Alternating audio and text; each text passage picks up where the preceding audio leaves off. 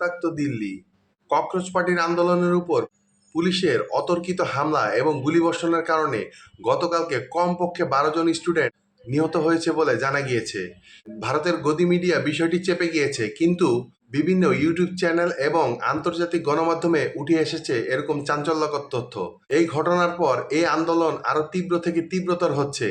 এই আন্দোলনটি এখন শুধুমাত্র দিল্লি কেন্দ্রিক নয়, এই আন্দোলনটি এখন বিহার, পাটনা, পাঞ্জাব, কলকাতা সহ বিভিন্ন অঞ্চলে ছড়িয়ে পড়েছে এবং ভারতের পুলিশ এবং প্রশাসন হিমশিম খাচ্ছে এই আন্দোলনকে ঠেকাতে।